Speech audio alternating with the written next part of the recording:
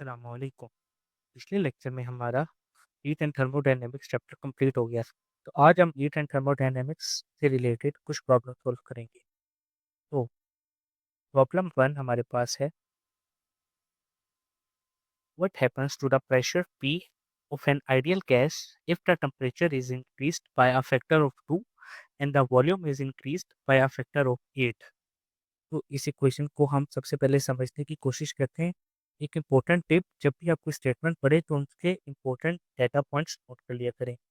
तो वो हमसे कह रहे हैं कि प्रेशर के ऊपर क्या फ़र्क पड़ेगा अगर हम टेम्परेचर को इंक्रीज़ कर देंगे बाय अ फैक्टर ऑफ 2। इसके टेम्परेचर ही 2 टाइम्स हो जाएगा, T T prime is equal to 2 T. हमने पी प्राइम फाइंड करते हैं और वो कहते हैं कि volume is increased by a factor of 8। तो V prime is equal to 8 V. तो हमने पी प्राइम फाइंड करना है। एज यू ऑल नो, इस एमसीक्यू में फॉर्मूला लगेगा P V is equal to N R T, right. तो P का फॉर्मूला हमारे पास यहाँ से क्या निकल के आ जाएगा, N R T upon P. तो P prime equal to N R is constant. तो टी प्राइम हमारे पास किसके बराबर हो जाएगा, 2 टी के। और वी प्राइम हमारे पास किसके बराबर हो जाएगा, 8 के। तो 2 वन ज़र 2 फोर ज़र। तो prime is equal to 1/4 N R upon. यहाँ से हमारे पास निकल के आएगा कि P prime equal to P by 4। इसके जो प्रेशर होगा वो डिक्रीज कर जाएगा बाय अ फैक्टर ऑफ 4 के। तो यहाँ पे हमारे पास बस प्रॉब्लम सोल्व हो जाता है और ये इसका आंसर है। तो प्रॉब्लम नंबर 2। तो हम हर टॉपिक को कवर करने की कोशिश करेंगे। तो प्रॉब्लम 2 में हमारे पास होगी पीवी डायग्राम। तो पीवी डायग्राम में यहाँ बना देता हूँ। तो पीवी डायग्राम में एक है इस तरह की डायग्राम और एक है इस तरह की डायग्राम। तो ये ए, इस पार्ट को मैं कह देता हूँ ए बी और इसको मैं कह देता हूँ C D. A B curve और सी डी कर्व। तो यहाँ पे हमारा प्रॉब्लम क्या है, प्रॉब्लम ये है कि the figure curves A B and C D represent the relation between pressure P and volume V of an ideal gas. यहाँ पे पी और यहाँ पे वी और ये आइडियल गैस है। One of the curve represent on isothermal expansion and the other represent an adiabatic expansion. Which curve presents an adiabatic expansion? तो पिछले लेक्चर में याद होगा कि मैंने एक लास्ट में एक डिफरेंस बताया था एडियाबैटिक प्रोसेस करते हुए।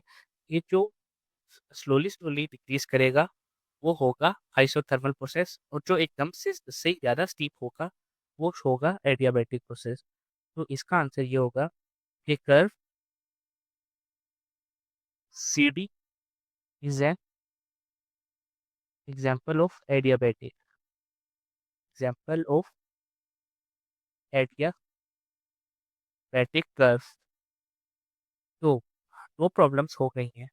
अब हम प्रॉब्लम नंबर 3 पे आते हैं और प्रॉब्लम नंबर 3 है, एक थ्योरेटिकल प्रॉब्लम है।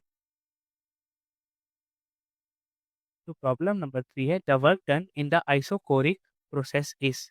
तो आइसोकोरिक प्रोसेस क्या होता है, जिसमें आइसोकोरिक प्रोसेस जिसमें वॉल्यूम कांस्टेंट रहता है, राइट। Volume constant. तो वर्क डन हमें बताना है कि इसका क्या होगा। तो हमने कल के लेक्चर में देखा था कि इसकी जो पीवी डायग्राम होती है वो कुछ यूँ होती है। अगर वॉल्यूम कांस्टेंट है तो इसका मतलब ये है कि वो इस तरह की एक लाइन लाइन शो करेगा, राइट। तो अगर वो इस तरह की लाइन शो करेगा इसका मतलब वॉल्यूम वाले एक्सिस पे वो इंक्रीज नहीं कर रहा। तो इसका जो वर्क डन होगा वो ज़ीरो हो जाएगा। तो work is equal to zero. यहाँ पे प्रॉब्लम 3 सॉल्व हो जाता है। इसके बाद हम प्रॉब्लम 4 पर आते हैं। प्रॉब्लम 4 में when 20 joule of work was done on a gas, 40 joule of heat energy was released. If the initial internal energy of the gas was 70 joule, what is the final internal energy? तो आपको याद होगा first law of thermodynamic में हमने एक equation पढ़ी थी। सबसे पहले हम डेटा लिख देते हैं, सॉरी। तो डेटा क्या है? ये वर्क डन हो रहा है ऑन अ गैस। तो अगर work done on a gas हो रहा है तो इसका मतलब ये है कि जो उसका जो साइन होगा वो नेगेटिव होगा। तो वर्क इज इक्वल टू -20 जाओ। ये कुछ हमें चीज़ें याद करनी पड़ेंगी जो कि इस लेक्चर में डिस्कस भी हो रही हैं। और 40 joule of heat energy was release. Heat energy basically delta Q. तो delta Q is equal to -40। तो फर्स्ट लॉ ऑफ थर्मोडायनेमिक की जो इक्वेशन थी वो ये थी, change in heat energy is equal to change is internal energy plus change in work. तो change in heat energy क्या है हमारे पास? -40। वो change in in oh sorry, एक पॉइंट जो मिस हो गया वो ये है कि इनिशियल इनिशियल इंटरनल एनर्जी हमारे पास है 70 जूल। तो इंटरनल एनर्जी को हम यूँ लिख सकते हैं कि यू एफ माइनस यू आई और प्लस -20 जूल, राइट। तो -20 उधर और यहाँ पर हमारे पास जो इनिशियल एनर्जी है वो है 70 जूल। तो हम उसको यहाँ पे लिख देते हैं 70 जूल। तो हमारे पास यू एफ यहाँ से क्या निकल कर आएगा? तो यू एफ हमारे पास आएगा -70 -20, ये हो जाएगा -90, जो कि उधर जाके प्लस 90 हो जाएगा। तो -40 + 90 50। तो यू एफ हमारे पास हो जाएगा 50 जूल। और ये हमारे पास इस प्रॉब्लम का फाइनल आंसर है। तो इसके बाद हम प्रॉब्लम 5 के ऊपर मूव करते हैं, जो कि है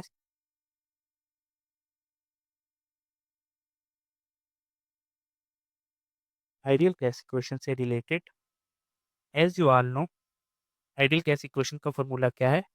PV is equal to nRT, where n represent number of moles of gases, R is a constant, PV, as you all know, temperature, pressure, volume respectively.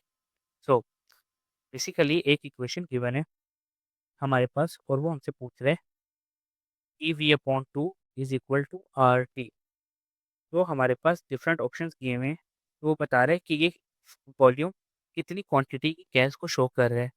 तो अगर हम अबव फार्मूला यूज़ करें तो यहाँ पर n और यहाँ पर n नहीं है और यहाँ पर 2 आ रहे हैं। इसके यहाँ पर 2 था जो कि यहाँ से यहाँ पर आकर डिवाइड हो रहे हैं।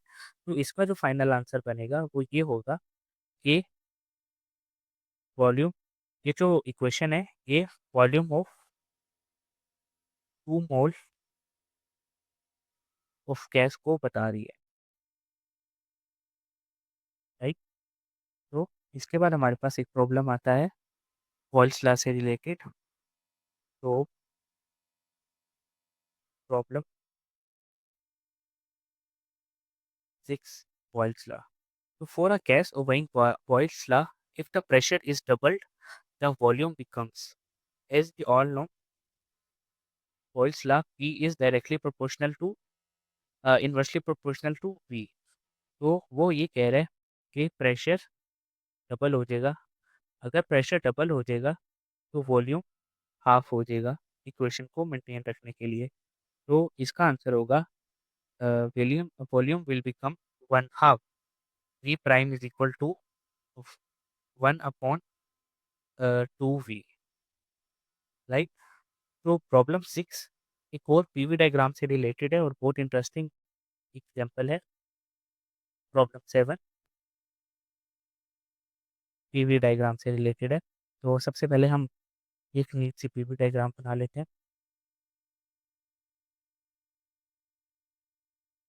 तो बेसिकली 3 पाथ गिवन है। तो वो ये कह रहे हैं कि मैक्सिमम वर्क कहाँ डन हो रहा है। तो मैक्सिमम वन आपको पता है कि एक पाथ ये है और एक पाथ ये है और एक पाथ ये है। तो ये पाथ 1 है, ये पाथ 2 है और ये पाथ 3 है। तो मैक्सिमम वर्क किस पाथ में टर्न हो रहा है। तो as you all no PV diagram show work जो शो होता है पीवी डायग्राम में वो होता है एरिया अंडर द कर्व। तो इस पार्ट 1 का जो एरिया है वो इतना बनेगा, राइट? और पार्ट 2 का जो बनेगा वो बनेगा इतना। तो और जो पार्ट 3 है उसका एरिया बनेगा इतना। तो आपको इससे अंदाज़ा हो रहा होगा कि part 3 will do maximum work. क्योंकि आज हमने कुछ प्रॉब्लम्स डिस्कस की हीट एंड थर्मोडायनेमिक्स लेक्चर की, और आज हमारा हीट एंड थर्मोडायनेमिक्स का लेक्चर ख़त्म हो गया। कल से हम इलेक्ट्रिसिटी के चैप्टर्स शुरू करेंगे और उसका फर्स्ट चैप्टर है कूलम्ब्स वर्क।